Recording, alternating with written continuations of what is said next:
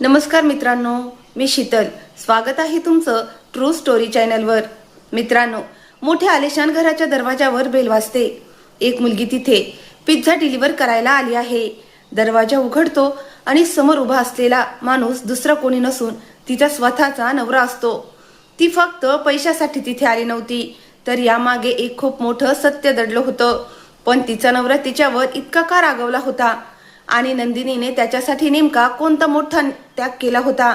कर्माचा फेरा जेव्हा फिरतो तेव्हा श्रीमंतीचा खोटा पडदा कसा फाटतो, हीच मन हेलावून टाकणारी संपूर्ण गोष्ट आज आपण पाहणार आहोत. शेवटपर्यंत नक्की पहा. पुण्यात आज सकाळपासूनच मुसळधार पाऊस कोसळत होता.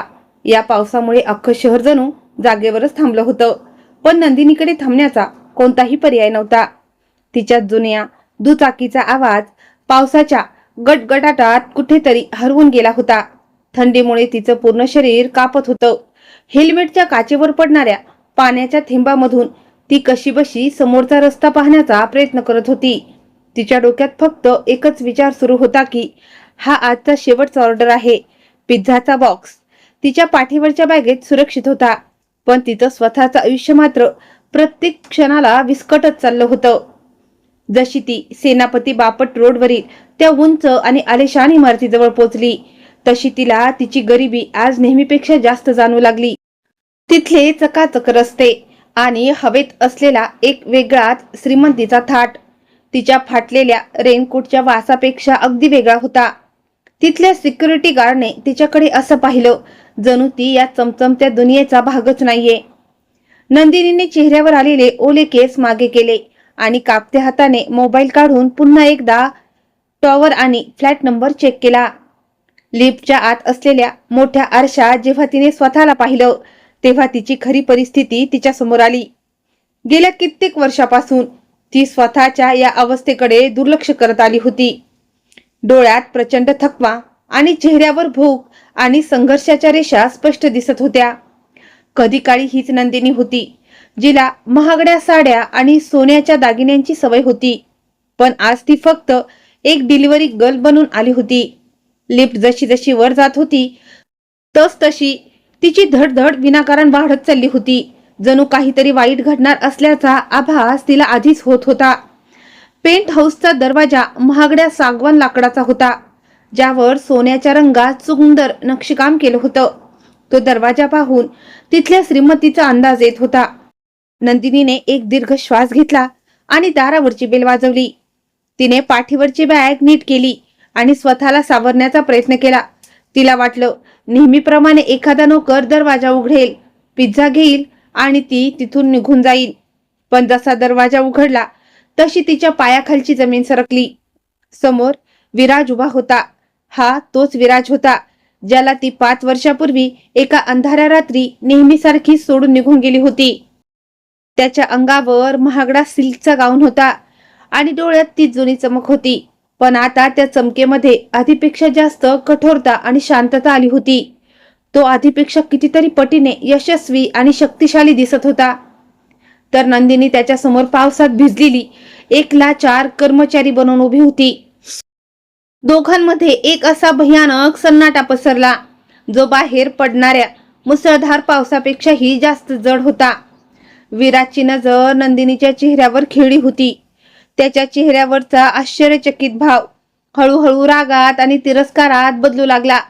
त्याने कधी स्वप्नातही विचार केला नसेल की त्याची जुनी ओळख एक दिवस त्याच्याच दारावर पिझ्झा डिलिव्हरी करायला येईल.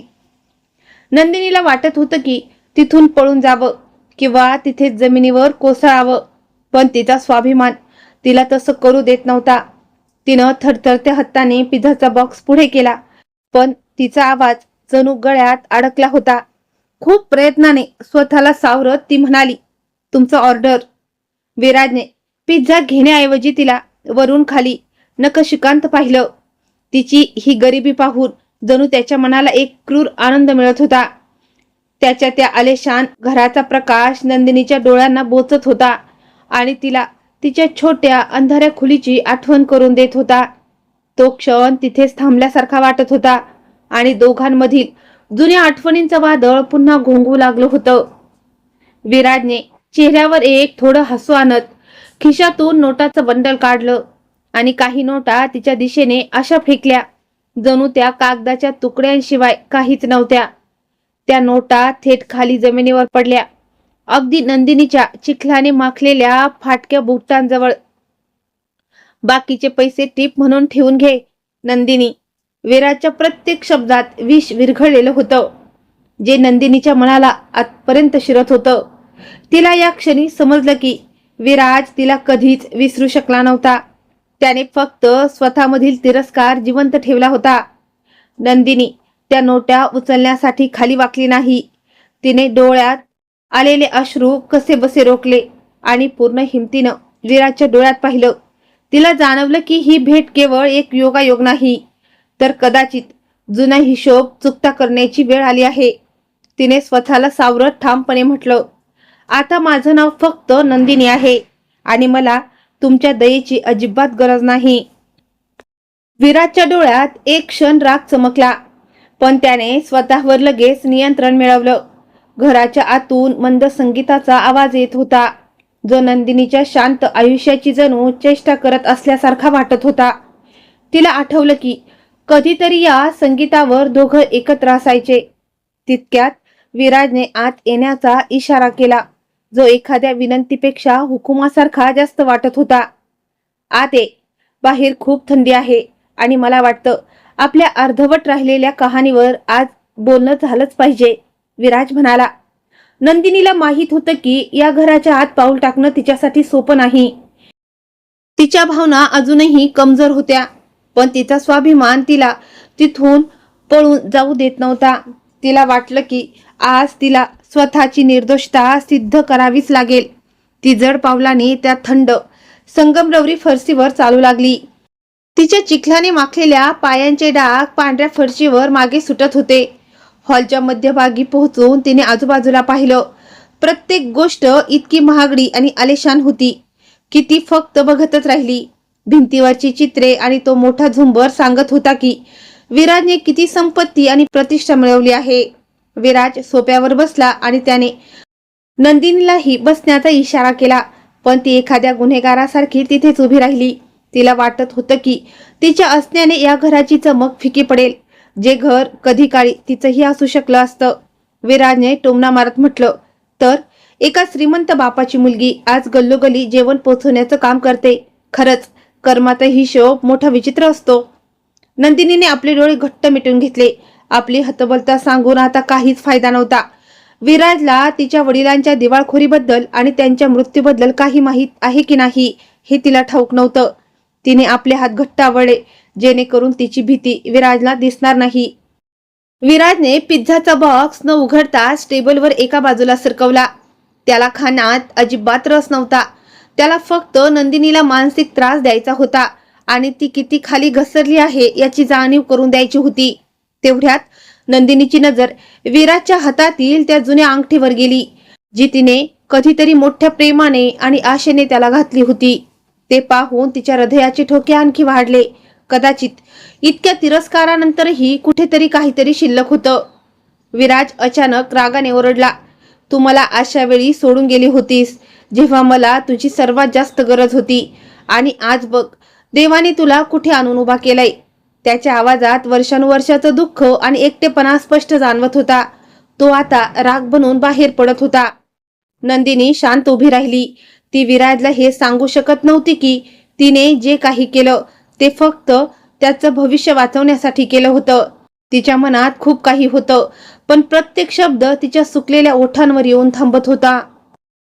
रात्र अधिकच गडद होत चालली होती. बाहेर विजेचा कडकडाट खोलीतील शांततेला वारंवार चिरत होता. तेवढ्यात नंदिनीला तिच्या शेजारी राहणाऱ्या आजारी लहान मुलाची आठवण आली, जो तिची वाट बघत असेल. तिने त्याला औषध आणून देण्याचं वचन दिलं होतं. तिला या तिरस्काराने भरलेल्या आलिशान घरातून बाहेर पडायचं होतं, जे घर तिच्यासाठी एखाद्या तुरुंगासारखं भासत होतं. तिने न बोलता दरवाजाच्या दिशेनं पावलं टाकली. मी इथे पैसे कमवायला आले होते, अपमान सहन करायला नाही. जर तुम्हाला पिझ्झा नको असेल तर मी जाते, नंदिनी पूर्ण हिमतीनं म्हणाली. विराज आपल्या जागेवरून उठला आणि मोठ्या पावलांनी तिच्या समोर येऊन उभा राहिला. त्याने तिचा रस्ता अडवला. त्याच्या डोळ्यात एक वेगळाच वेडेपणा दिसत होता. तो तिला इतक्या सहज जाऊ देणार नव्हता, कारण 5 वर्षाची प्रतीक्षा इतक्या लवकर संपणारी नव्हती. आता दोघांमध्ये खूप कमी अंतर उरलं होतं. नंदिनीने त्याच्या डोळ्यात पाहिलं तेव्हा तिला तो जुना विराज दिसला, जो कधी काळी तिच्या एका हास्यासाठी पूर्ण जगाशी लढायला तयार असायचा. पण आता तिच्या समोर एक असा माणूस उभा होता, ज्याला पैशाने पूर्णपणे बदलून टाकलं होतं आणि ज्याच्या मनात आता कोणासाठीही दया उरली नव्हती. कुठे जाणार नंदिनी? त्या अंधाऱ्या झोपडपट्टीत जिथे प्रकाश यायलाही घाबरतो. विराजचे हे शब्द थेट नंदिनीच्या मनाला लागले. तिने काहीही न बोलता दरवाजा उघडला आणि बाहेरच्या थंड हवेचा आणि मुसळधार पावसाचा सामना करण्यासाठी स्वतःला तयार केलं. तिला माहित होतं की पुढचा रस्ता सोपा नाही, पण विराजच्या कोणत्याही मदतीच्या आधारे तिला तिचं आयुष्य पुन्हा जगायचं नव्हतं. लिफ्टचा दरवाजा बंद होण्यापूर्वी तिने शेवटच्या वेळी विराजकडे पाहिलं. तिच्या चेहऱ्यावर राग, दुःख आणि हतबलता एकत्र दिसत होती. खाली पोहोचताच नंदिनी धावत आपल्या जुन्या दुचाकीकडे गेली. पाऊस आधीपेक्षा खूप जास्त वाढला होता, पण आता तिला त्या थंडीची अजिबात जाणीव होत नव्हती. तिच्या मनात फक्त अपमानाची आग जळत होती. तिने मनातच पक्का निश्चय केला की आता पुन्हा कधीही या इमारतीकडे वळूनही पाहायचं नाही. मग त्यासाठी कितीही हाल अपेष्टा सहन कराव्या लागल्या तरी चालतील. पण नशिबाने तिच्यासाठी काहीतरी वेगळंच ठरवून ठेवलं होतं, कारण ही तर एका खूप मोठ्या खेळाची सुरुवात होती. पुण्याचे हे भिजलेले रस्ते, तिच्या डोळ्यातून वाहणारे अश्रू स्वतःमध्ये लपून घेत होते. पावसाचे थेंब तिच्या चेहऱ्यावर पडत होते, पण तिच्या मनात 5 वर्षापूर्वीची एक सुवर्ण काळातील सकाळ पुन्हा जिवंत झाली. त्यावेळी ती आजची लाचार नंदिनी नव्हती, तर एक अत्यंत आनंदी मुलगी होती, जिच्याकडे जगातील सर्व सुखसुविधा होत्या. तिचं घर नेहमी फुलांच्या सुगंधाने आणि संगीताने भरलेलं असायचं. तिथे दुःख नावाचा कोणताही शब्द नव्हता. त्या सुंदर भूतकाळात आणि आजच्या वेदनादायी वर्तमानात इतका मोठा फरक होता की कधी कधी तिलाच पटत नव्हतं की हे दोन्ही आयुष्य तिचीच आहेत. विराज सोबतची तिची पहिली भेट कॉलेजच्या एका छोट्या कार्यक्रमात झाली होती. तिथेच त्याच्या साधेपणाने नंदिनीचं मन जिंकून घेतलं होतं. विराज एक मध्यमवर्गीय कुटुंबातील मुलगा. त्याचे स्वप्न खूप मोठे होते, पण खिशात नेहमी पैशांची कमतरता असायची. तरीही त्याच्या स्वाभिमानाची चमक सगळ्यांपेक्षा वेगळी होती. नंदिनीचे वडील, जे शहरातले एक मोठे उद्योगपती होते, या नात्याच्या पूर्णपणे विरोधात होते.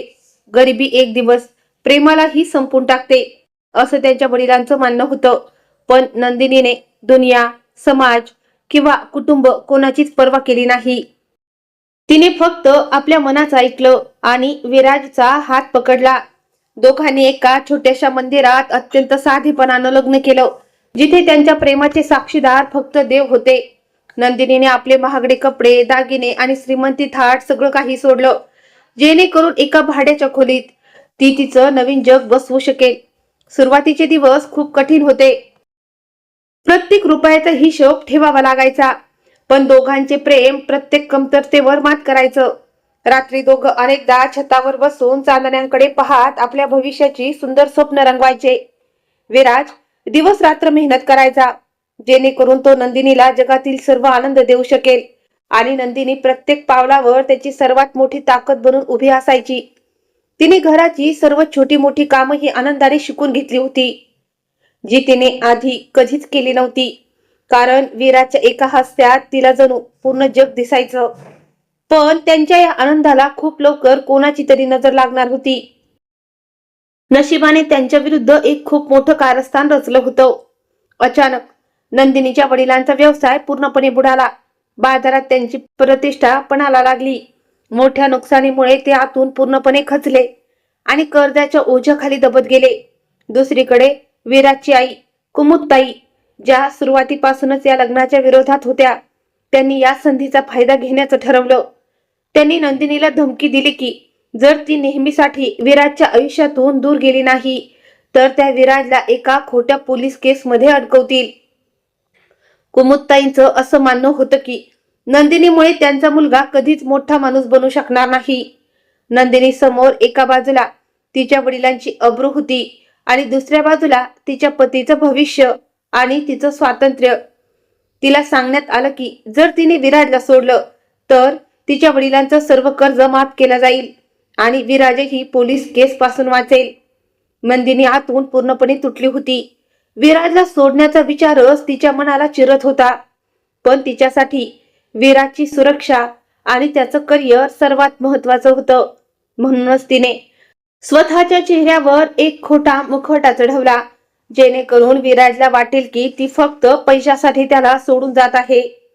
त्या रात्री जेव्हा ती विराजला भेटली तेव्हा तिने डोळ्यातील अश्रू रोखले आणि चेहऱ्यावर तिरस्कार आणला. तिने विराजला सांगितलं की आता ती या गरिबीला कंटाळली आहे आणि तिला तेच ऐशो आरामाचं आयुष्य हवं आहे जे विराज तिला कधीच देऊ शकत नाही. विराजच्या डोळ्यातलं जे दुःख आणि विश्वास तुटल्याची भावना होती, तिने त्या क्षणी नंदिनीला आतून मारून टाकलं होतं. पण ती हतबल होती.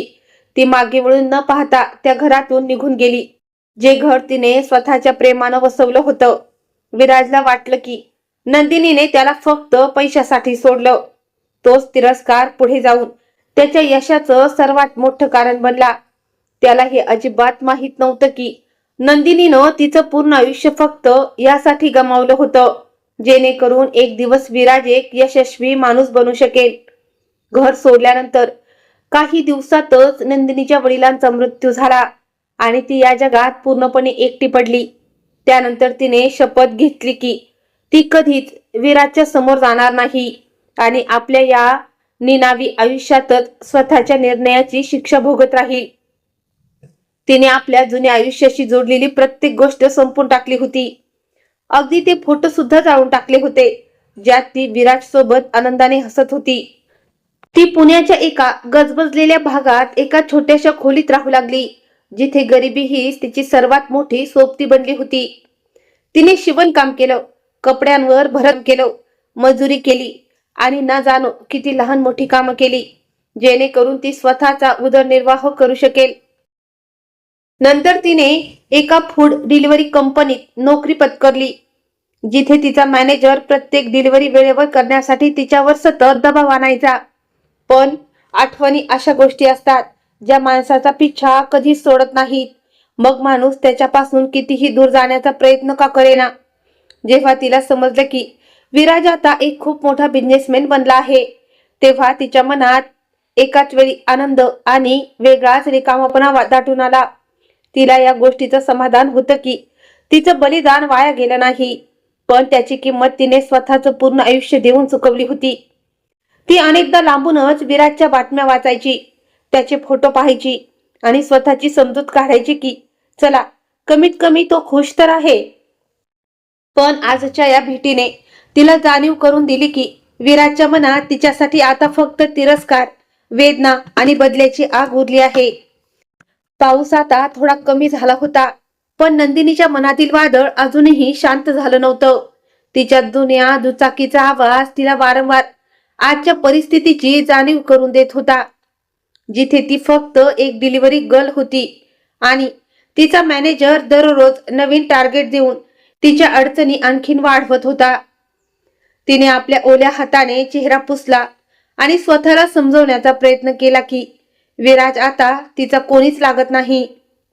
पण तिच्या मनाचा एक छोटासा कोपरा आजही त्या जुन्या दिवसांना आठवत होता, जिथे कधी काळी प्रेमाची ऊब होती आणि सोबत जगण्या मरण्याचे दिलेले वचन तिला नेहमीसाठी खरे वाटत होते. 5 वर्षाच्या या लांबच्या दुराव्याने दोघांमध्ये तिरस्काराची अशी भिंत उभी केली होती, जी तोडणं आता कदाचित अशक्य होतं. विराजला वाटत होतं की तो आता नंदिनीला चांगला ओळखतो, पण तिच्या डोळ्यात लपलेलं दुःख त्याला अजिबात दिसत नव्हतं. नंदिनी फक्त विचार करत होती की काश तिने त्या पेंट हाऊसची ऑर्डर कधी घेतलीच नसती, तर या जुन्या जखमा पुन्हा कधीच उघड्या झाल्या नसत्या. ती त्या अंधाऱ्या गल्ल्यांमधून आपली दुचाकी वेगाने चालवत राहिली, जणू ती स्वतःपासून आणि स्वतःच्याच आठवणींपासून खूप दूर पळून जाऊ इच्छित होती. एक काळ असा होता जेव्हा नंदिनीला फुलांची खूप आवड होती आणि विराज तिच्यासाठी मोगऱ्याचा गजरा घेऊन यायचा, ज्याच्या सुवासानं पूर्ण खोलीत दरवळून निघायची. पण आज त्या सुवासाची जागा पिझ्झ्याच्या वासाने आणि पावसाच्या ओलसरपणाने घेतली होती, जी वेळ कशी बदलली याची साक्ष देत होती. नंदिनीचं जग आता या कठीण आणि संघर्षमय आयुष्याखाली कुठेतरी दबलं गेलं होतं आणि तिला आता प्रत्येक दुःख सहन करण्याची सवय झाली होती. तिने आपल्या ओल्या पापण्या झुकवल्या आणि पूर्ण लक्ष स्वतःच्या ध्येयावर केंद्रित केलं. जिथे कोणीतरी भुकेलं तिची वाट पाहत होतं. जुन्या दिवसांची आठवण काढणं नेहमीच त्रास देतं, विशेषतः तेव्हा जेव्हा त्या आठवणींमध्ये फक्त अर्धवट राहिलेली वचने आणि तुटलेली स्वप्नेच उरलेली असतात. नंदिनी वारंवार विराजने बोललेले शब्द आठवत होते की श्रीमंत बापाची मुलगी आता गल्लोगल्ली फिरते आहे. ही गोष्ट तिच्या स्वाभिमानाला खूप खोलवर जखम करत होती. तिचं मन करत होतं की तिने विराजला सांगावं की ही प्रामाणिकपणाची 2 वेळची भाकर तिला या बेईमानीच्या संपत्तीपेक्षा कितीतरी जास्त शांतता देते, ज्या संपत्तीने त्यांचं आयुष्य उद्ध्वस्त केलं. पण ती काहीच बोलली नाही, कारण शांतता हीच तिची सर्वात मजबूत ढाल बनली होती, जी तिने वर्षाच्या संघर्षाने आणि अश्रूंनी तयार केली होती. शेवटी ती आपल्या छोट्याशा घरात पोहोचली आणि तिने सुटकेचा श्वास घेतला, जिथे गरिबी नक्कीच होती, पण कमीत कमी तिला टोमणे मारणारं कोणी नव्हतं. तिनं दरवाजा उघडला आणि ती आत गेली. असं वाटत होतं जणू भिंतीवर अजूनही जुन्या आठवणींची पुसटशी सावली रेंगाळत आहे. औषधांची बॅग टेबलावर ठेवताना तिने विचार केला की आयुष्य किती विचित्र असतं. माणूस ज्या जागेपासून जितकं दूर पळू इच्छितो, नशीब त्याला पुन्हा तिथेच आणून ठेवतं. तिने एक दीर्घ श्वास घेतला आणि खिडकी बाहेर पाहत त्या आठवणींना पुन्हा एकदा मनात गाडून टाकण्याचा प्रयत्न केला. पण त्या रात्री तिने देवाकडे फक्त एवढीच प्रार्थना केली की तिला या कठीण परिस्थितीचा सामना करण्यासाठी हिंमत मिळावी आणि ती कधीही आपल्या स्वाभिमानाशी तडजोड करणार नाही. तिला जाणवत होतं की कर्माचं चक्र फिरत आहे आणि आता तिला फक्त नशिबाच्या पुढच्या निर्णयाची वाट पाहायची आहे. दुसऱ्या दिवशी सकाळी सूर्याच्या पहिल्या किरणासोबतच नंदिनी पुन्हा कामावर जाण्यासाठी तयार झाली. तिचं मन अजूनही खूप जड होतं. तिने आपले फाटलेले बूट साफ केले आणि ती जुनी युनिफॉर्म घातली, जी आता तिची ओळख बनली होती. तिला माहित होतं की हे शहर आज पुन्हा तिला पूर्वीप्रमाणेच त्रास द्यायला तयार बसला आहे. पण तिने हार न मानण्याची शपथ घेतली होती. आता तिच्याकडे फक्त एकच रस्ता होता, भूतकाळ मागे सोडून पुढे चालत राहणं, मग रस्ता कितीही कठीण का असेना. रस्त्यावरून जाताना तिला प्रत्येक चेहऱ्यामध्ये विराजच दिसत होता आणि प्रत्येक मोठी गाडी तिला तिच्या जुन्या दिवसांची आठवण करून देत होती. ती विसरून जाऊ इच्छित होती की ती कधी काळी अशी नंदिनी होती, जिला जगाची कोणतीच पर्वा नव्हती, कारण आज ती एक जबाबदार नंदिनी होती. संघर्षाने तिला शिकवलं होतं की अश्रू वाहिल्याने पोट भरत नाही, तर घाम गाळल्याने अब्रू आणि आयुष्य दोन्ही वाचतं. तिने दुचाकी सुरू केली आणि पुन्हा त्या शहराच्या गर्दीत, गोंगाटात आणि धुळीत हरवून गेली. तिने कधीच विचार केला नव्हता की विराज तिला अशा एका सामान्य डिलिव्हरी गर्लच्या रूपात बघेल आणि हीच गोष्ट तिला आतून तोडत होती. तिच्या एवढ्या मोठ्या बलिदानाचा हाच परिणाम होता का, की बदल्यात तिला फक्त अपमान आणि तिरस्कार मिळावा? तिने जे काही केलं होतं ते फक्त विराजसाठीच केलं होतं ना? हा प्रश्न तिच्या मनात वारंवार उठत होता, पण उत्तर कुठेच नव्हतं. चहूबाजूला फक्त शांतता होती. तिने स्वतःला सावरलं आणि आपलं लक्ष कामावर केंद्रित केलं, कारण पहिली ऑर्डर तिच्या मोबाईल स्क्रीनवर आली होती.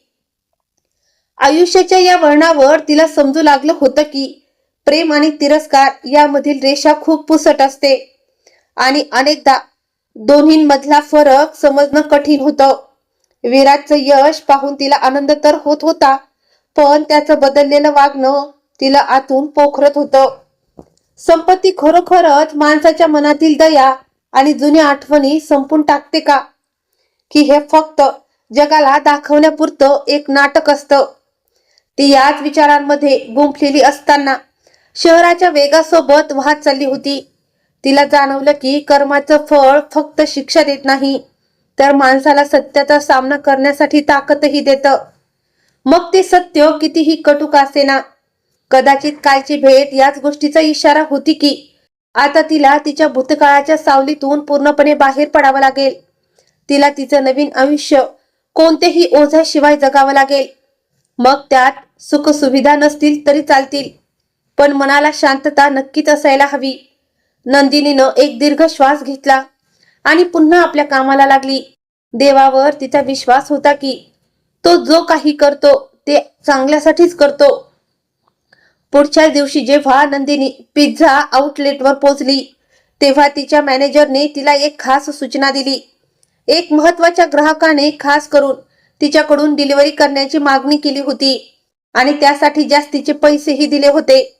नंदिनी लगेच समजली की ही वीराची चाल आहे, जो तिला अपमानित करण्याची एकही संधी सोडू इच्छित नाही.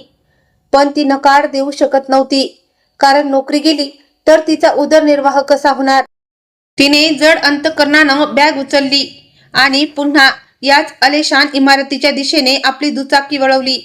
जिथे पोहोचताच तिचा श्वास कोंडू लागायचा. जेव्हा ती वीराच्या ऑफिसमध्ये पोहोचली तेव्हा तिथला नजारा पाहून तिचे डोळे उघडेच राहिले. आभाळाला भिडणारी ती इमारत आणि चहूबाजूला काचेच्या भिंती, जिथून अख्खं शहर दिसत होतं. सिक्युरिटीनं तिला अडवलं, पण तिने तिचं नाव सांगताच वरून तिला ताबडतोब आत पाठवण्याचा आदेश आला. ती जेवढ्या वेगाने लिफ्टने वर जात होती त्यापेक्षा कितीतरी पटीने तिच्या हृदयाचे ठोके वाढत होते. आपल्या धुळीने माखलेल्या आणि घामाने ओल्या झालेल्या कपड्यांमुळे तिला स्वतःची लाज वाटू लागली.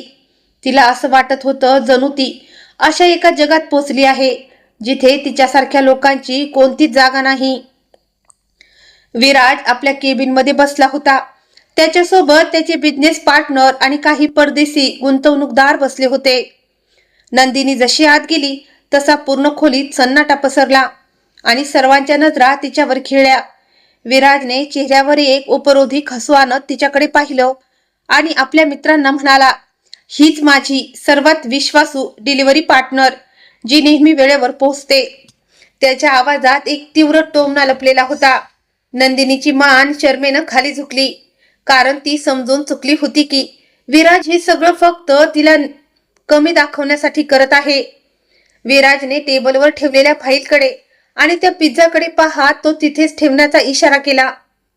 खोलीत बसलेले लोक हळूहळू तिच्याबद्दल कुजबुजू लागले आणि तिच्या गरिबीवर हसू लागले. त्यांच्या गप्पा नंदिनीच्या कानावर स्पष्ट पडत होत्या. तेवढ्यात विराज अत्यंत कडक आवाजात म्हणाला, पैसे तर तुला मिळतीलच, पण आज इथे थांबून हेही बघून घे की खरं यश आणि श्रीमंती काय असते. यानंतर त्याने तिला खोलीच्या एका कोपऱ्यात उभं राहायला सांगितलं, जणू ती एखादी जिवंत व्यक्ती नसून नुसती वस्तू असावी. नंदिनीच्या मनात रागाचा ज्वालामुखी उसळला, पण तिला तिच्या दिवंगत वडिलांचा चेहरा आठवला आणि तिने स्वतःला कसं तरी आवरलं. खोलीमध्ये करोडोंची डील सही होत होते, पण नंदिनी गप्पपणे हे सगळं पाहत होती. तिला आठवलं की कधी काळी विराज एका छोट्याशा नोकरीसाठी दारोदार भटकत होता आणि आज तो लोकांच्या नशिबाचे निर्णय घेत होता. पण आता त्याचं मन दगडाचं झालं होतं. त्याच्या डोळ्यात दयेचा एक थेंबही उरला नव्हता, फक्त कमालीचा थंडपणा होता. नंदिनीला वाटलं की या अफाट संपत्तीने तिच्याकडून तिचा तो जुना विराज हिरावून घेतला होता, ज्याच्यावर तिने कधी काळी मनापासून प्रेम केलं होतं. दुपारचं कडक ऊन खिडक्यांमधून आत येत होतं, पण एसीची ती थंडी नंदिनीला सुखवण्याऐवजी टोचत होती. विराज एक एक करून त्याच्या सर्व संपत्तीबद्दल आणि व्यवसायाबद्दल सांगू लागला. असं वाटत होतं जणू तो कोणताही हिशोब मांडत नसून आपल्या विजयाची घोषणा करत आहे. ज्या लोकांनी कधी काळी त्याचा अपमान केला होता त्यांना त्याने कसं मातीत मिळवलं हे तो सांगत होता. नंदिनीला चांगलं समजत होतं की त्याचं प्रत्येक बोलणं थेट तिच्यावर वार करत होतं, कारण विराजच्या नजरेत सर्वात मोठी गुन्हेगार तीच होती. तरीही ती गप्प राहिली, कारण तिला माहीत होतं की सत्य बोलण्याची ही योग्य वेळ नव्हती आणि योग्य जागाही नव्हती, आणि ती कोणत्याही परिस्थितीत हार मानणाऱ्यांपैकी नव्हती. तुला काय वाटलं होतं नंदिनी? मला सोडून तू सुखात राहशील आणि मी उद्ध्वस्त होईन? विराज तिच्या अगदी जवळ येऊन अत्यंत संत आवाजात बोलला. त्याच्या आवाजात तिरस्कारही होता आणि आपल्या यशाचा अहंकारही. तोच अहंकार नंदिनीला आतून घाबरवत होता. त्याने नंदिनीच्या हातातील हेल्मेट हिसकावून घेतलं आणि टेबलवर जोरात आपटलं. आजपासून तू रोजचा दुपारचा डब्बा इथेच घेऊन यायचा. तुझ्या कंपनीसोबत माझा नवीन करार झाला आहे, त्याने पूर्ण हक्काने सांगितलं. नंदिनीला असं वाटलं जणू कोणीतरी तिच्या गळ्यात फास टाकला आहे, ज्यातून बाहेर पडणं आता अशक्य होतं. तिने विरोध करण्याचा प्रयत्न केला, पण विराजने तिच्या समोर एक चेक ठेवला, जो तिच्या आउटलेटच्या नावावर होता. मी तुमची पूर्ण फ्रँचायझीज विकत घेण्याचा निर्णय घेतला आहे, म्हणजेच आता तू माझी नोकर आहेस. हे बोलून तो जोरात हसला. त्याचं ते हसणं नंदिनीच्या कानात वितळलेलं शीस ओतल्यासारखं टोचत होतं. तिला आपल्या हतबलतेवर रडू येत होतं. ती विराजने अत्यंत हुशारीने रचलेल्या खेळातील फक्त एक मोहरा बनली होती. तिला जाणीव झाली होती की आता तिच्या प्रत्येक हालचालीवर विराजची नजर असणार. विराजने आपल्या सेक्रेटरीला बोलावून सांगितलं की नंदिनीसाठी एक VIP पास बनवून घ्या, जेणेकरून तिला इथे येताना कोणीही अडवणार नाही. ती कोणतीही सुविधा नव्हती, तर अशी एक अदृश्य साखळी होती जी तिला वारंवार विराज समोर आणून उभी करणार होती. नंदिनीने जसा तो पास हातात घेतला तसा तो तिला एखाद्या शापासारखा जड वाटला. तिने खिडकीतून खाली पाहिलं, जिथे लोक मुंग्यांसारखे धावताना दिसत होते. तिला तिची अवस्था ही अगदी तशीच वाटली. आता तिची खात्री पटली होती की जोपर्यंत विराज तिला आतून पूर्णपणे तोडून टाकत नाही, तोपर्यंत तो तिचा पिच्छा सोडणार नाही. जेव्हा सर्व पाहुणे निघून गेले तेव्हा खोलीत पसरलेली शांतता आणखीनच भयानक वाटू लागली होती. विराज आपल्या खुर्चीवर मागे रेलून बसला आणि नंदिनीकडे अशा नजरेनं पाहू लागला, जणू एखादा शिकारी आपल्या शिकार केलेल्या प्राण्याकडे पाहतो. तुझा हा निष्पाप चेहरा आणि ती बिचारी अवस्था, हाही तुझा एखादा नवीन ड्रामा तर नाही ना? त्याने विचारलं. नंदिनीच्या डोळ्यात आलेले अश्रू रोखले आणि मान करून थेट त्याच्या डोळ्यात पाहिलं. ती मरू शकत होती, पण विराज समोर कधीही पदर पसरू शकत नव्हती. मग काहीही हो, पैसा माणसाचा खरा चेहरा बदलून टाकतो विराज, आणि तू आज त्याचं सर्वात मोठं उदाहरण बनला आहेस. पहिल्यांदाच नंदिनीने पूर्ण आत्मविश्वासाने उत्तर दिलं. तिचं बोलणं ऐकताच विराज रागाने उभा राहिला आणि त्याने टेबलवर इतक्या जोरात हात मारला की तो आवाज पूर्ण केबिनमध्ये घुमला. जी मुलगी आतापर्यंत गप्प होती ती आपल्याला उलट उत्तर देईल अशी त्याला अजिबात अपेक्षा नव्हती. तो नंदिनीच्या चेहऱ्याच्या अगदी जवळ आला आणि आपल्या नजरेनं तिला घाबरवण्याचा प्रयत्न करू लागला. पण आता नंदिनी त्या भीती पलीकडे गेली होती, कारण आयुष्याने तिला यापेक्षाही वाईट दिवस दाखवले होते. पूर्ण केबिन मधील वातावरण इतकं जड झालं होतं, जणू हवेत करंट धावत असावा. पण नंदिनीला कुठेतरी जाणवलं की वीराच्या या तीव्र तिरस्काराच्या मागे कुठेतरी त्यांचं ते जुनं प्रेम दडलेलं आहे, जे आता अपमानामुळे तिरस्कारामध्ये बदललं होतं. तो नंदिनीला जेवढा त्रास देऊ इच्छित होता तेवढाच तो स्वतःही यातून पूर्णपणे तुटलेला दिसत होता. शेवटी विराजने तिला जाण्याचा इशारा केला, पण त्याचे शब्द अजूनही नंदिनीच्या कानात घुमत होते. ती ऑफिस बाहेर पडली तेव्हा तिला असं वाटलं जणू ती एखाद्या अंधाऱ्या भुयारातून बाहेर आली आहे. तिथे प्रकाशाचा एक किरणही नव्हता. पुढचे कित्येक दिवस हा सिलसिला सुरू राहिला. नंदिनी रोज त्याच मानसिक त्रासातून जात होती. कधी विराज तिला तासनतास बाहेर बसून ठेवायचा, तर कधी तिने आणलेलं जेवण सर्वांसमोर कचऱ्याच्या डब्यात फेकून द्यायचा. ती हे सगळं गप्पपणे सहन करत होती, कारण तिला तिच्या आजारी शेजाऱ्याच्या उपचारासाठी पैशांची खूप गरज होती. तिची ही शांतता विराजला अधिकच अस्वस्थ करत होती, कारण त्याला नंदिनीला स्वतःसमोर हतबल होऊन रडताना पाहायचं होतं. पण प्रत्येक सरत्या दिवसासोबत नंदिनी खचण्याऐवजी आधीपेक्षा जास्त मजबूत होत चालली होती. एक दिवस विराज तिला त्याची आई कुमुदताई यांच्या एका मोठ्या फोटो समोर घेऊन गेला.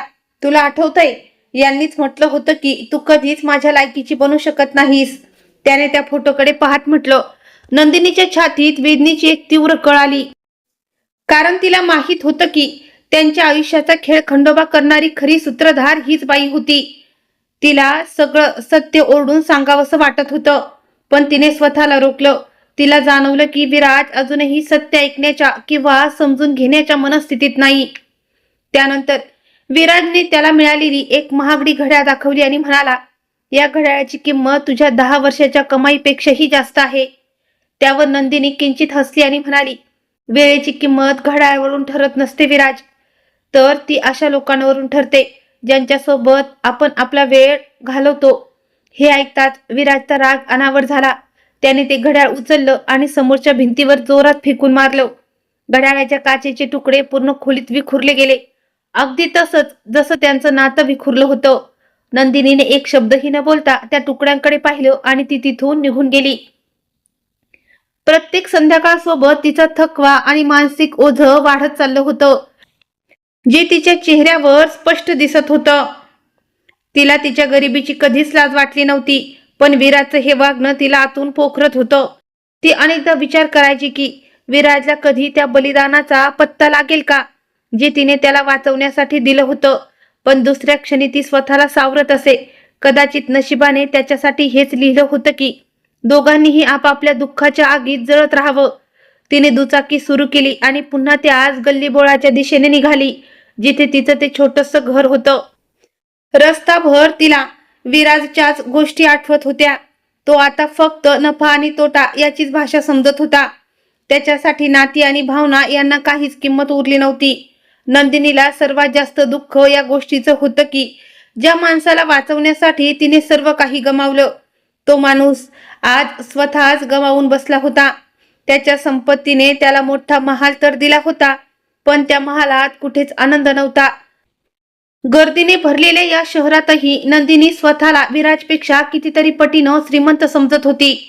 पुढच्या वळणावर जेव्हा ती दुपारी पुन्हा ऑफिसमध्ये पोहोचली, तेव्हा तिनं पाहिलं की विराज एका जुन्या फाईलकडे अत्यंत बारकाईने पाहत होता. त्याच्या चेहऱ्यावर एक वेगळीच अस्वस्थता होती, जी नंदिनीने पूर्वी कधीच पाहिली नव्हती. तिने गप्पपणे जेवणाचा डबा टेबलवर ठेवला आणि ती परत जाऊ लागली. तेवढ्यात विराजने तिला थांबवलं. आज त्याच्या आवाजात नेहमीसारखा कडवटपणा नव्हता, तर एक न विचारलेला प्रश्न लपलेला होता. नंदिनी थांबली आणि तिने वळून त्याच्याकडे पाहिलं. तेव्हा तिला त्याच्या डोळ्यात ती जुनी तळमळ दिसली, जी ती कधी काळी खूप जवळून ओळखायची. तू कधीच माझा तिरस्कार केला नाहीस ना नंदिनी? हे सगळं झाल्यानंतरही तू इतकी शांत कशी राहू शकतेस? विराजने अत्यंत धीम्या आवाजात विचारलं. नंदिनीने खिडकीबाहेर उडणाऱ्या एका पक्षाकडे पाहिलं आणि मग अत्यंत हळू आवाजात म्हणाली, द्वेष आणि तिरस्कार कमजोर लोक करतात विराज. मी तर आयुष्यात इतकं काही गमावलं आहे की आता फक्त शांततेत जगायला शिकले आहे. तिचं हे उत्तर ऐकून विराजकडे काही शब्द उरले नाहीत. तो फक्त तिला जाताना पाहत राहिला. त्या दोघांच्या मध्ये उभा असलेल्या तिरस्काराच्या भिंतीला पहिल्यांदाच एका गोष्टीचा तडा गेल्याची जाणीव त्याला झाली. शहर आपल्या वेगानं धावत होतं, पण त्या दोघांचं आयुष्य जणू एका ठिकाणी येऊन थांबलं होतं, जिथून पुढे जाणं सोपं नव्हतं. विराजची श्रीमंती आणि नंदिनीची गरिबी यांच्यात आता एक नवीन आणि मूक युद्ध सुरू झालं होतं. ही लढाई कोणत्याही व्यवसायाची नव्हती, तर मनाची होती. विराजला आता जाणवू लागलं होतं की तो नंदिनीला जेवढं झुकवण्याचा प्रयत्न करतोय, ती तेवढीच कणखर होऊन त्याच्यासमोर उभी राहत आहे. त्याने आपल्या आलिशान खुर्चीवर डोकं टेकवलं आणि तो पुन्हा त्या जुन्या आठवणींमध्ये हरवून गेला, ज्या त्याला आजपर्यंत शांतपणे झोपू देत नव्हत्या. त्याला आता भीती वाटू लागली होती की त्याचा हाच तिरस्कार त्याच्या आयुष्यातील सर्वात मोठा पराभव ठरू नये. तिकडे रात्रीच्या शांततेत नंदिनी आपल्या खाटेवर झोपली होती. तिच्या डोळ्यांसमोर पुन्हा पुन्हा विराजची ती तुटलेली घड्याळ येत होती. तिला असं वाटत होतं जणू ते काचेचे तुकडे तिची स्वप्न होती, जी एकदा तुटली ती पुन्हा कधी जोडली जाऊ शकणार नव्हती. तिने डोळे बंद केले आणि देवाकडे एवढीच ताकद मागितली की तिने प्रत्येक परिस्थितीत आपल्या सत्यावर ठाम राहावं. तिला माहित होतं की येणारा पुढचा दिवसही तिच्यासाठी एखाद्या कठीण परीक्षेपेक्षा कमी नसणार आहे. पण यावेळी तिचं मन पूर्वीपेक्षा थोडं शांत होतं.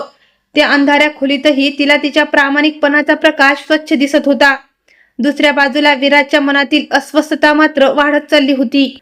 इतका अपमान सहन करूनही नंदिनी अखेर इतकी शांत कशी राहू शकते, हे त्याला समजत नव्हतं.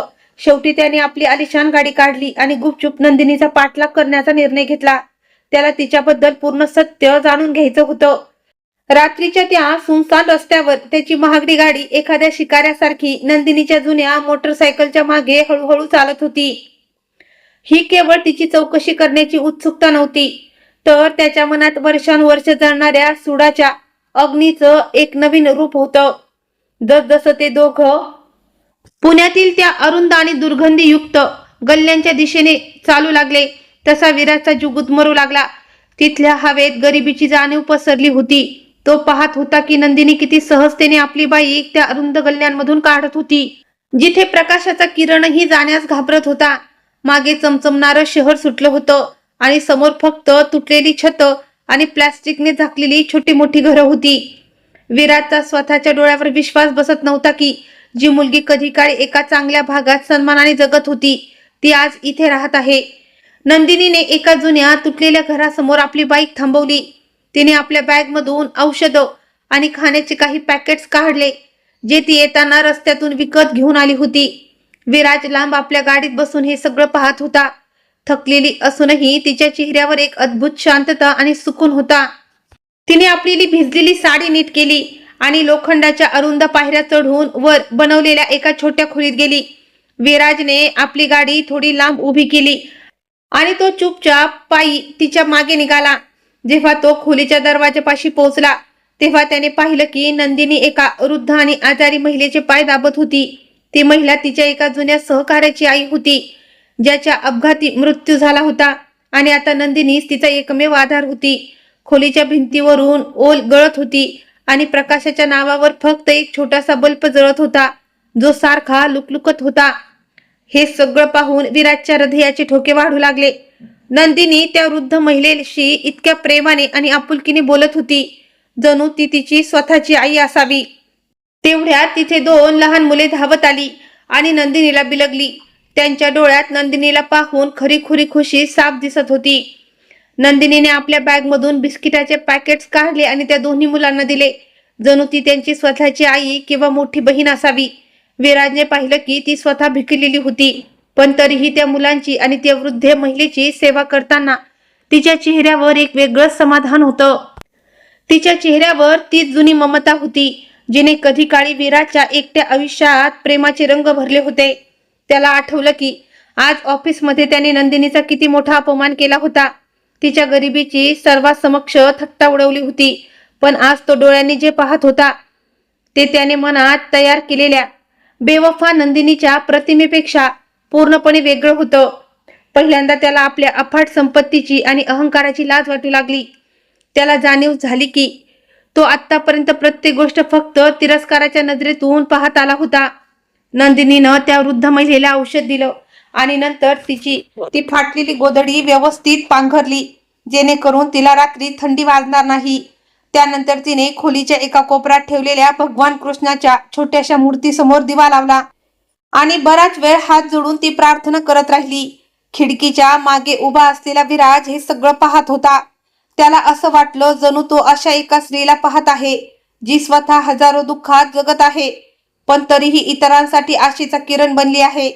त्याच्या मनात तिरस्काराची जी मजबूत भिंत उभी होती, तिला आता मोठे तडे जाऊ लागले होते.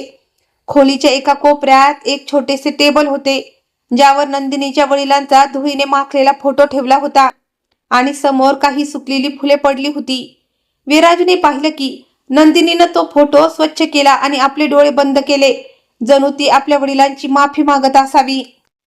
आता त्याला वाटू लागलं होतं की नक्कीच त्या रात्री घडलेल्या प्रसंगाच्या मागे तिची काहीतरी खूप मोठी मजबुरी असावी. त्याचं मन आता अपराधीपणाच्या भावनेनं भरू लागलं आणि कित्येक वर्षानंतर त्याच्या डोळ्यातूनही पाण्याच्या कडा ओघळल्या. तेवढ्यात एक लहान मूल खेळता खेळता खाली पडलं आणि जोरात रडू लागलं. नंदिनी लगेच त्याच्याजवळ गेली, त्याला कडेवर घेतलं आणि प्रेमानं गप्प करू लागली. तिचा तो स्पर्श एखाद्या जादू सारखा होता.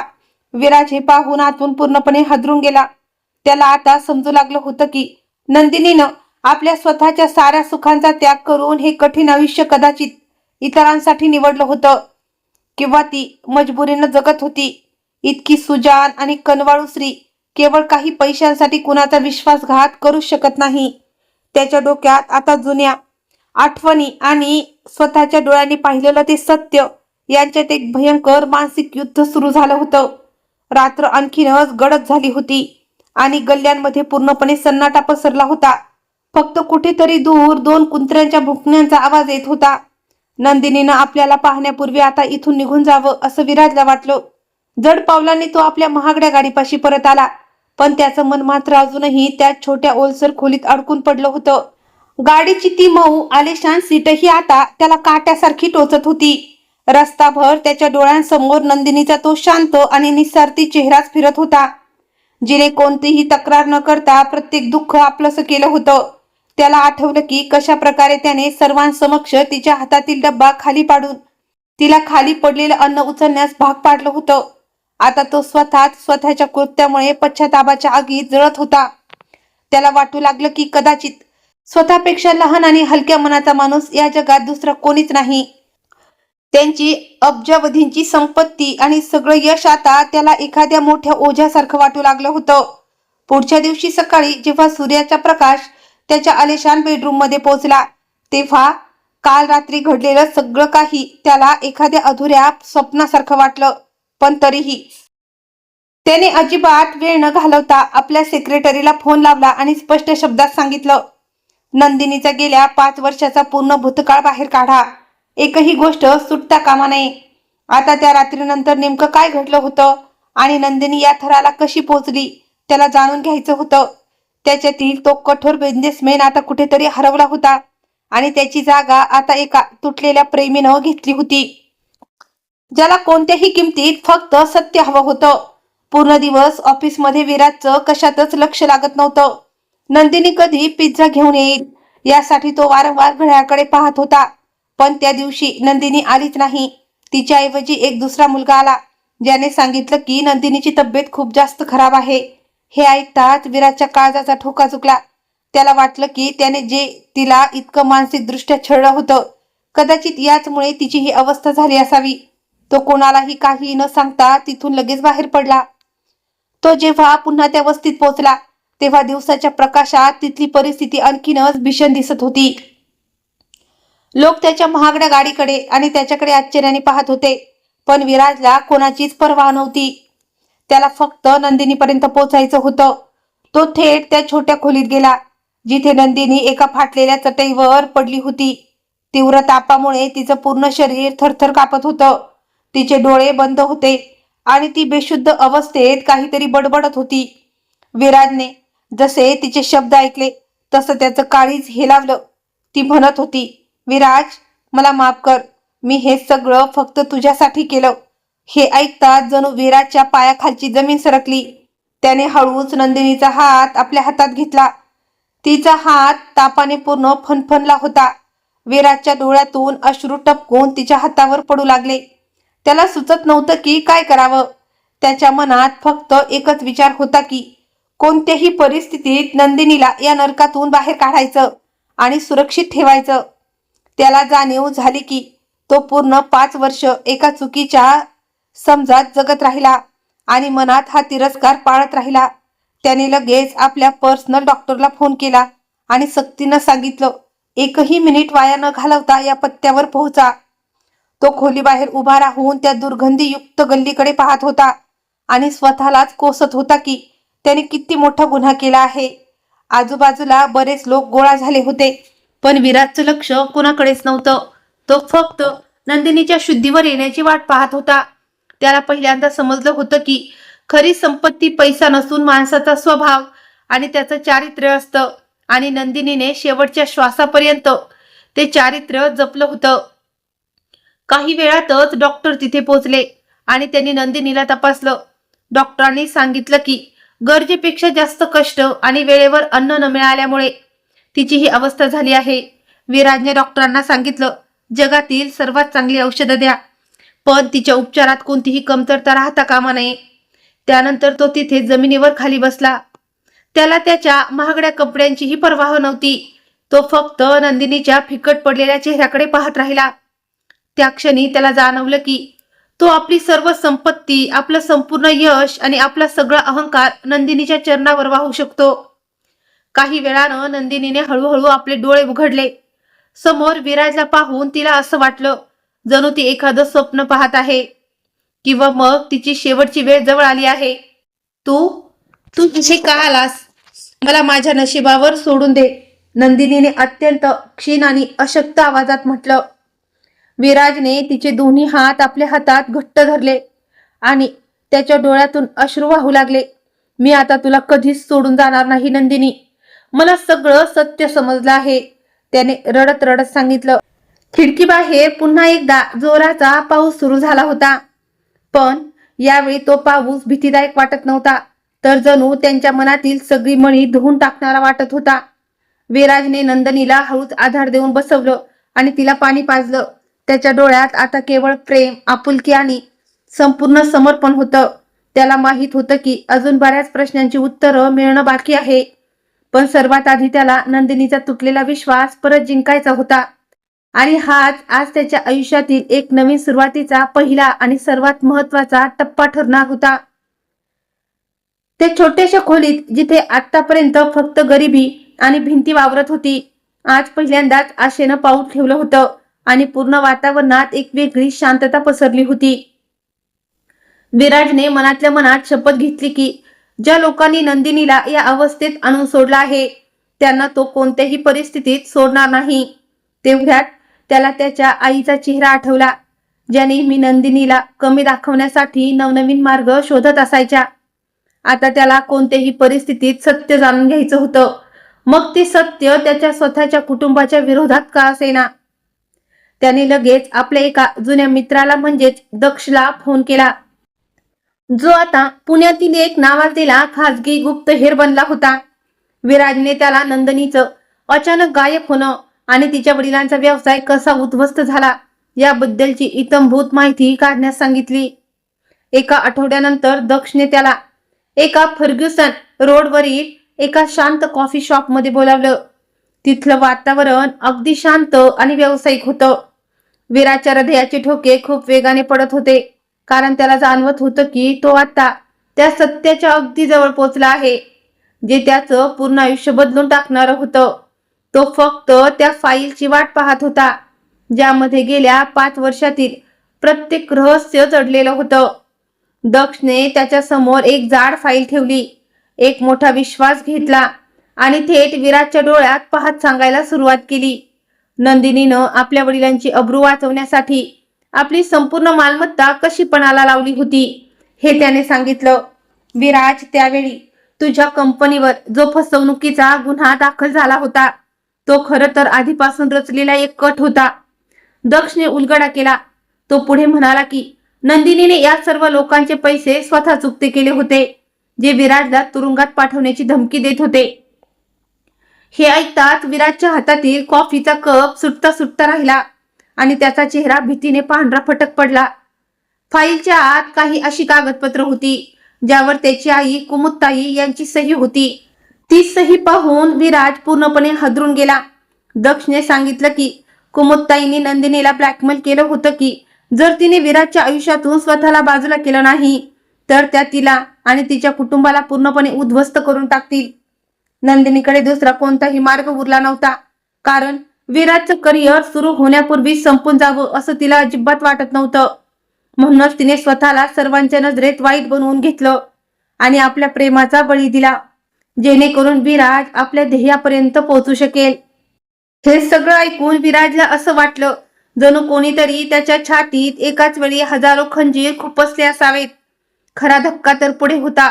नंदिनी तिचे सर्व दागिने आणि तिच्या आईची शेवटची आठवण ही विकून टाकली होती, जेणेकरून विराजचा तो नवीन व्यवसाय वाचू शकेल. ती चुपचाप बँकेच्या चक्रा मारत राहिली आणि आपली ओळख लपवून त्याला आर्थिक मदत करत राहिली. विराज ज्या यशाला आजवर स्वतःची मेहनत समजत होता, ते यश प्रत्यक्षात नंदिनीच्या रक्त, पाण्याच्या आणि त्यागाच्या पायावर उभं होतं. तो वेड्यासारखा कॉफी शॉपमधून बाहेर पडला आणि आपल्या गाडीच्या दिशेनं धावला, जिथे त्याचा ड्रायव्हर त्याची वाट पाहत होता. रस्ताभर त्याच्या कानात फक्त तेच कडवट आणि टोमणे मारणारे शब्द घुमत होते, जे त्याने निष्पाप नंदिनीला म्हटले होते. आता विराजला आपल्या प्रत्येक सुखसोयीचा आणि श्रीमंतीचा तिरस्कार वाटू लागला होता, कारण सगळं वैभव अशा एका मुलीच्या बलिदानाच्या पायावर उभं होतं, जिथे बदल्यात कधीच काही मागितलं नव्हतं. तो विचार करत होता की तो स्वतः इतका अंधारा कसा झाला की नंदिनीची ती शांतता आणि तिच्या डोळ्यातील लपलेलं दुःख त्याला कधी वाचताच आलं नाही. त्याचा स्वतःचा आत्मा त्याला आतून टोचत होता, त्याला वाटत होतं की आता तो आयुष्यभर स्वतःला कधीच माफ करू शकणार नाही. विराज सरळ त्या रुग्णालयात पोहोचला जिथे त्याने नंदिनीला दाखल केलं होतं. त्याचं हृदय खूप वेगानं धडधडत होतं आणि डोळ्यातील अश्रू थांबायचं नाव घेत नव्हते. वार्डच्या बाहेर उभा राहून तो फक्त नंदिनीकडे पाहत राहिला, जी अजूनही खूप अशक्त आणि फिकट दिसत होती. त्याला तो एक एक क्षण आठवू लागला जेव्हा त्याने नंदिनीला पिझ्झा डिलिव्हर करण्यासाठी मजबूर केलं होतं आणि सर्वांसमक्ष तिचा अपमान केला होता. आज तीच सगळी कृत्य त्याच्या समोर एखाद्या मोठ्या गुन्हेगारासारखी उभी होती, जी तो पुसून टाकू शकत नव्हता. त्याने आपले हात घट्ट आवळले आणि भिंतीला डोकं लावून तो ढसढसा रडू लागला. तेवढ्यात नंदिनीनं डोळे उघडले आणि तिची नजर वार्डच्या दरवाजापाशी उभा राहून रडणाऱ्या विराजवर पडली. तिच्या डोळ्यात आता आधीसारखा राग नव्हता. विराज हळूहळू तिच्या बेडपाशी आला आणि गुडघ्यांवर बसून त्याने तिचा तो अशक्त हात आपल्या हातात घेतला. त्याच्या डोळ्यातून सतत अश्रू वाहत होते. त्याने म्हटलं, मला माफ कर नंदिनी, मला आता सगळं सत्य समजलं आहे. तू माझ्यासाठी इतकं सगळं का सहन केलंस? त्याचा आवाज पूर्णपणे खचला होता. नंदिनीनं त्याला शांत करण्याचा प्रयत्न केला, पण तिच्यात आता बोलण्याची ताकद उरली नव्हती. त्यांच्यातील जेवढी काही अंतर होतं ते आज अश्रूंसोबत वाहून जाताना साफ दिसत होतं. नंदिनीने एक मोठा श्वास घेतला आणि अत्यंत धीम्या आवाजात म्हणाली की तिने जे काही केलं ते फक्त तिच्या प्रेमासाठी केलं होतं. तिनं सांगितलं की कुमुदताईनं तिला घाबरवलं होतं की जर विराजवर गुन्हेगार असल्याचा डाग लागला तर तो आयुष्यात कधीच पुढे जाऊ शकणार नाही. म्हणूनच तिने स्वतःचं संपूर्ण आयुष्य अंधारात ढकलून दिलं, जेणेकरून विराजचं नाव पूर्ण जगात आदरानं चमकू शकेल. हे ऐकताच विराजला समजलं की ज्या यशाचा त्याला इतका माज होता ते यश म्हणजेच नंदिनीने दिलेलं सर्वात मोठं बलिदान होतं. त्याच्या मनात आता स्वतःच्या आईबद्दल राग आणि तिरस्कार एखाद्या आगीसारखा जळू लागला. त्या शांत खोलीत ते सत्य इतकं जड होतं की दोघांचीही काळीच तुटत होतं. विराजने तिथेच नंदिनीला वचन दिलं की तो आता तिला कधी स्वतःपासून दूर जाऊ देणार नाही आणि तिला हिरावून घेतलेला संपूर्ण सन्मान परत मिळवून देईल. पण नंदिनीच्या डोळ्यात एक वेगळी शांतता होती. तिला असं वाटत होतं जणू ती आता या नात्यांच्या आणि जगाच्या खूप पुढे निघून गेली आहे. ती हळूच म्हणाली, आता खूप उशीर झाला आहे विराज, आणि वेळेने दिलेले जखम इतक्या सहज भरत नसतात. हे ऐकून विराज पुन्हा घाबरला, कारण आता तो तिला कोणत्याही किमतीत गमावू इच्छित नव्हता. त्याला समजलं होतं की फक्त स्वारी म्हणण्याने काहीच बदलणार नाही. त्याला त्याच्या आईच्या प्रत्येक गुन्ह्याचा हिशोब चुकता करावा लागेल. त्याने नंदिनीला सांगितलं की तो आता पूर्वीसारखा विराज राहिलेला नाही, जो कोणाच्याही सांगण्यावरून आपलं सर्व काही गमावून बसेल.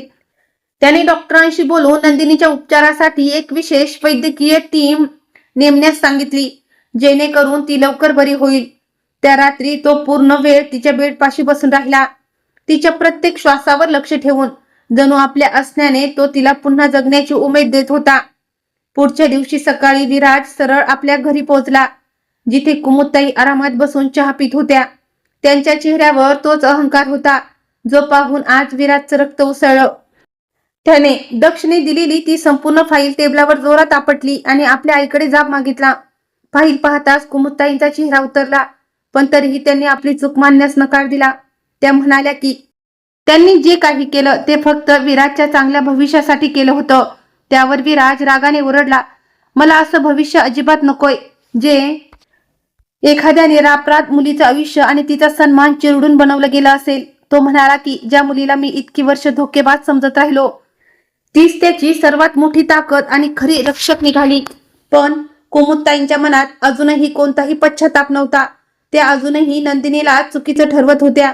त्या क्षणी विराजने निर्णय घेतला की आता त्याला या घराशी आणि आपल्या आईशी कोणताही संबंध राहणार नाही. तो मागे न पाहता तिथून निघून गेला. रुग्णालयात परत येत असताना तो विचार करत होता की संपत्तीनं त्याच्या कुटुंबाला इतकं दगडी मनाचं बनवलं आहे की त्यांना माणुसकीची काही किंमतच उरली नाही. आज त्याला समजलं की खरी गरिबी पैशाची नसते तर मनाची असते, आणि नंदिनी या जगातील सर्वात श्रीमंत व्यक्ती आहे. त्याने आपल्या कंपनीच्या नफ्यातून एक मोठी रक्कम दान करण्याचा निर्णय घेतला, जेणेकरून पुण्याच्या त्या गरीब वस्त्यांमध्ये आरोग्य सुविधा अधिक चांगल्या करता येतील. ज्या समाजासाठी नंदिनीने इतकं सोसलं त्या समाजाला त्याचा फायदा व्हावा अशी त्याची इच्छा होती. आता त्याच्या मनात सुडाऐवजी फक्त सेवा आणि पश्चातापाची भावना उरली होती. तो जेव्हा परत नंदिनीच्या खोलीत पोहोचला तेव्हा त्याने पाहिलं की ती खिडकी बाहेर मावळत्या सूर्याकडे शांतपणे पाहत होती. विराज तिच्या पायापाशी खाली बसला आणि म्हणाला की त्याने आपल्या आईशी सर्व संबंध तोडले आहेत आणि आता तो पूर्णपणे स्वतंत्र आहे. नंदिनीच्या डोळ्यातून एक अश्रू ओघळला, पण ती काहीच बोलली नाही, कारण तिला माहित होतं की नाती तुटण्याचं दुःख किती मोठं असतं. विराजने तिचा हात आपल्या ओठांजवळ घेतला. तो मनातल्या मनात त्या प्रत्येक क्षणाचा विचार करून स्वतःला कोसत होता. जे क्षण नंदिनीनं अंधारात राहून चुपचाप काढले होते, त्याने मनाशी पक्की खुणगाठ बांधली की तो आता नंदिनीच्या वडिलांची गेलेली अब्रू आणि सन्मानही परत मिळवून देणार. तो आता फक्त नंदिनीसाठी नाही, तर त्या सर्व जुन्या आठवणींना न्याय देऊ इच्छित होता, ज्या लोकांनी सहज विसरून दिल्या होत्या. आता त्याच्या आयुष्याचा एक नवा प्रवास सुरू झाला होता, जिथे त्याला प्रेमाची खरी किंमत शिकायची होती. नंदिनी हळूहळू बरी होऊ लागली होती, पण तिच्या मनातील जुन्या जखमा अजूनही तिला विराजवर पूर्णपणे विश्वास ठेवण्यापासून रोखत होत्या. तिला कुठेतरी वाटत होतं की विराज हे सगळं फक्त आपल्या पश्चातापापोटी आणि अपराधीपणाच्या भावनेतून करतोय, खऱ्या प्रेमापोटी नाही. विराज तिचा हा संकेत आणि तिच्या मनातील घालमेल ओळखून होता, म्हणूनच त्याने तिला पूर्ण वेळ देण्याचा निर्णय घेतला. त्याने कधीही तिच्यावर कोणत्याही गोष्टीचा दबाव टाकला नाही. उलट तो तिच्या प्रत्येक छोट्या मोठ्या आनंदाची काळजी घेऊ लागला, जणू ती त्याच्या आयुष्यातील सर्वात मौल्यवान गोष्ट होती. आता त्यांच्या नात्यात आधीपेक्षा खूप जास्त आदर आणि समजूतदारपणा आला होता. शहराच्या त्या गजबजाटात रुग्णालयातील ती छोटीशी खोली दोन तुटलेली मनं पुन्हा एकत्र जोडण्याचा प्रयत्न करत होती. विराजला आता जाणीव झाली होती की कर्म हे फक्त शिक्षा देण्यासाठी नसतं, तर माणसाला योग्य रस्ता दाखवण्यासाठीही असतं. त्याला हेही समजलं होतं की नंदिनीची शांतता ही त्याच्या आधीचा राग आणि अहंकारापेक्षा कितीतरी पटीनं जास्त शक्तिशाली होती. त्याने आपल्या भूतकाळातील चुकांमधून एक नवीन आयुष्य घडवण्याची शपथ घेतली, जिथे खोटेपणाला आणि फसवणुकीला कोणतीही जागा नसेल. आता त्याला फक्त नंदिनीच्या चेहऱ्यावरील एका छोट्याशा हस्तेची प्रतीक्षा होती. हळूहळू दिवस सरकत गेले आणि नंदिनीच्या चेहऱ्यावर पुन्हा ते जुनं हसू आणि टवटवीतपणा परतू लागला, ज्याच्याकडे विराज पूर्वी तासनतास पाहत राहायचा. विराजने आता पुण्याच्या त्या गरीब वस्तीतल्या मुलांसाठी एक शाळा सुरू करण्याचा निर्णय घेतला, ज्या मुलांची नंदिनी नेहमी एखाद्या आईसारखी काळजी घ्यायची. त्याची इच्छा होती की नंदिनीने दिलेल्या बलिदानाचा फायदा त्या गरीब लोकांना मिळावा, ज्यांनी तिच्या कठीण काळात तिला साथ दिली होती.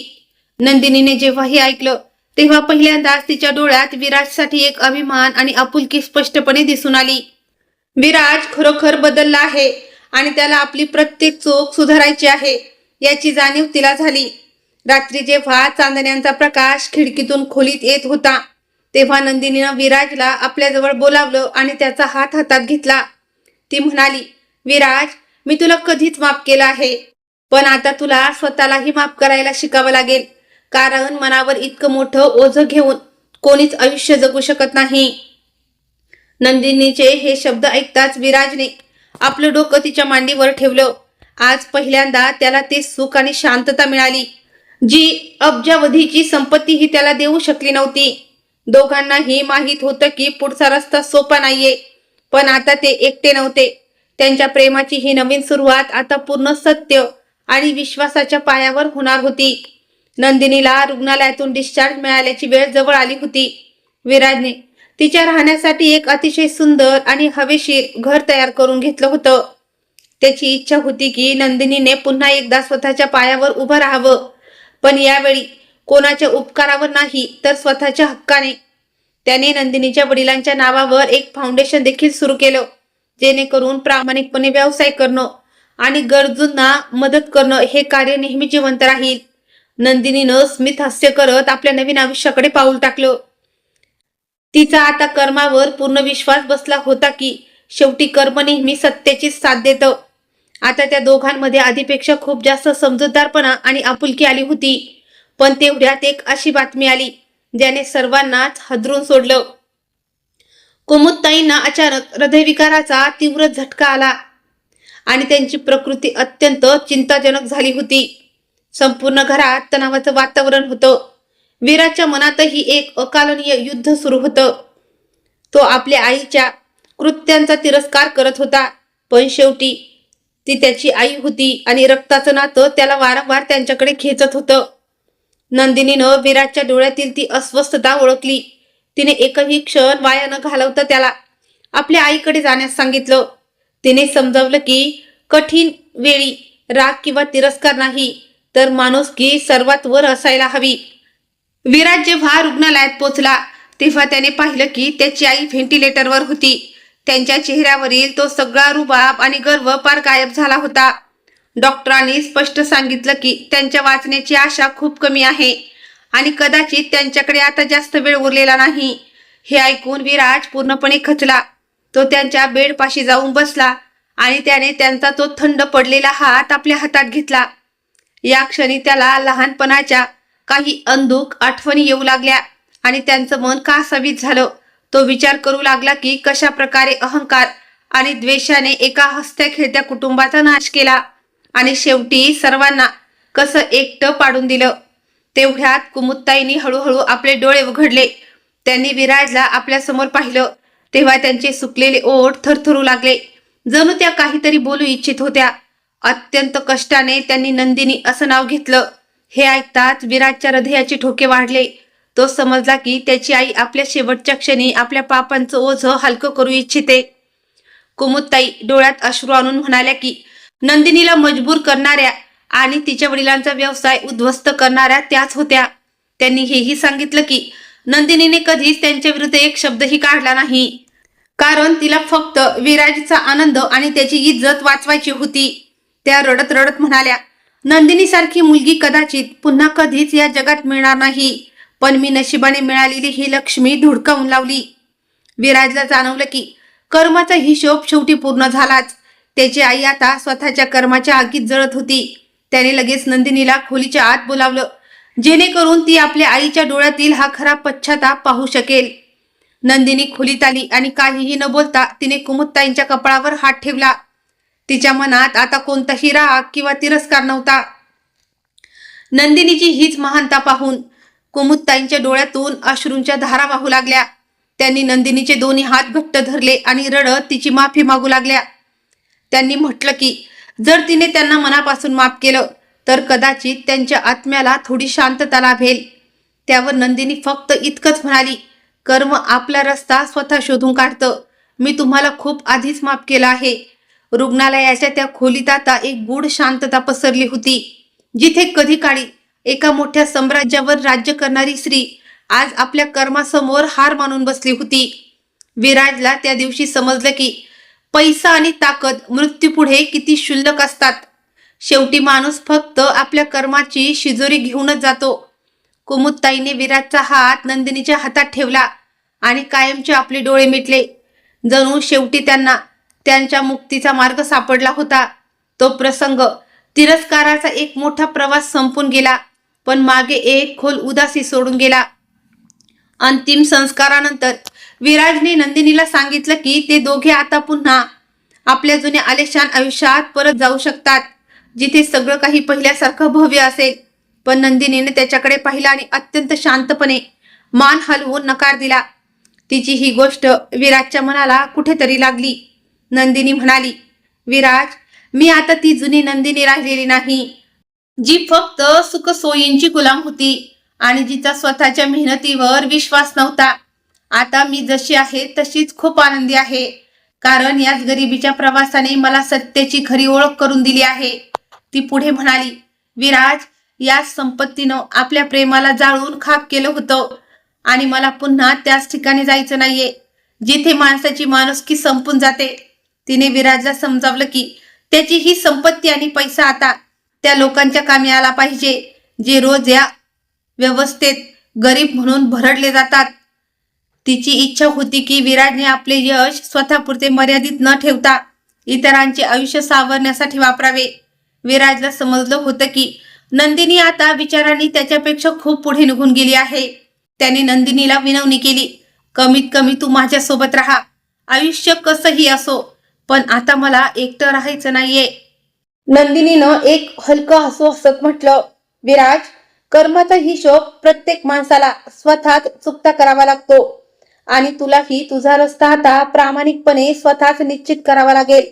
ती म्हणाली की ती पुण्याच्या या गरीब वस्तीत राहून आपली छोटीशी समाजसेवा अशीच सुरू ठेवेल आणि वेळोवेळी त्याला योग्य रस्ताही दाखवत राहील, जेणेकरून तो कधी भरकटणार नाही. आता त्यांच्यात एक असं नातं निर्माण झालं होतं की जे निव्वळ सोबत राहण्यापेक्षा कितीतरी जास्त पटीनं खोल आणि पवित्र झालं होतं. विराजने निर्णय घेतला की तो आपल्या आईचं संपूर्ण संपत्ती आणि वसियत एका चॅरिटेबल फाउंडेशनला दान करेल आणि त्याचं नाव नंदिनी फाउंडेशन ठेवेल. त्याची इच्छा होती की या नावाने हजारो गरीब मुलींना शिक्षण आणि सुरक्षा मिळावी, जेणेकरून पुन्हा कोणत्याही मुलीचं आयुष्य असं उद्ध्वस्त होणार नाही. नंदिनीनं त्याच्या या निर्णयाचं मनापासून कौतुक केलं आणि पहिल्यांदाच त्याला एका खऱ्या मित्रासारखी घट्ट मिठी मारली. आता त्याचं प्रेम, वैयक्तिक इच्छा आणि हक्काच्या पुढे जाऊन समाज कल्याणाचा एक सुंदर भाग बनलं होतं. काळाच्या ओघात आता विराज पूर्णपणे बदलला होता. त्याने आपल्या महागड्या गाड्या आणि चैनीचे सगळे छंद सोडून दिले होते आणि एक साधेपणाचं आयुष्य जगायला सुरुवात केली होती. आता तो रोज संध्याकाळी नंदिनी सोबत त्या गरीब वस्त्यांमध्ये जायचा आणि तिथल्या लहान मुलांच्या शिक्षणासाठी स्वतः जमिनीवर खाली बसून प्लॅनिंग करायचा. त्याला आता त्या वस्तीतील धूळ आणि गोंगाटात जी शांतता मिळत होती ती त्याला कधी त्याच्या आलिशान ऑफिसमध्येही मिळाली नव्हती. काम करताना नंदिनीकडे पाहून त्याचा ऊर अभिमानाने भरून यायचा, कारण तीच त्याचं आयुष्य बदलण्याची सर्वात मोठी आणि सुंदर प्रेरणा होती. तर मित्रांनो, पैसा आणि श्रीमंती आज आहे तर उद्या नाही, पण आपण केलेली चांगली कर्म आणि जोडलेली माणसं आयुष्यभर सोबत राहतात. शेवटी कर्माचा फेरा प्रत्येकाचा हिशोब चुकता करतोच. कशी वाटली विराज आणि नंदिनीची ही गोष्ट कमेंट करून नक्की सांगा.